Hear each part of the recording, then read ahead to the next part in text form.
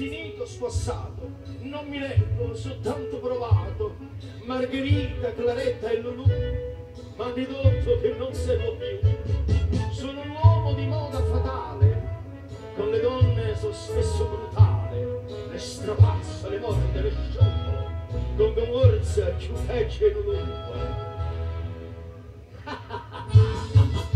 Mi chiamano Gagà, cagati qua, cagati là, tutti vogliono Gagà.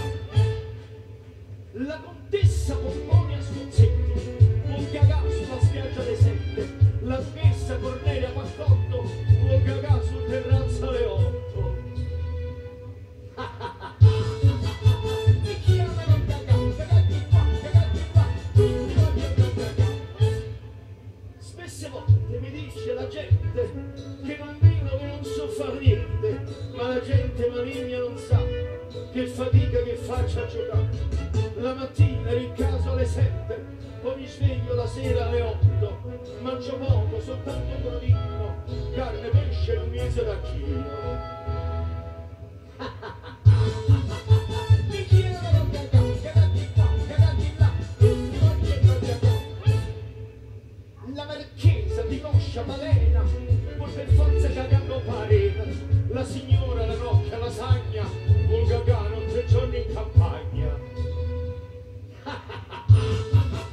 Mi chiamano Gagà, cagati qua, cagati là, tutti vogliono Gagà. Il dottore Filippo Castrato m'ha trovato un po' sciupato e m'ha detto, mio caro Gagà, per 3 mesi non devi fumare, e per cura ogni giorno m'ha dato una siringa di cato filato. Io ho risposto, mio caro dottore, devo fare la cura d'amore. Mi chiamano Gagà, cagati qua, cagati là, tutti vogliono Gagà.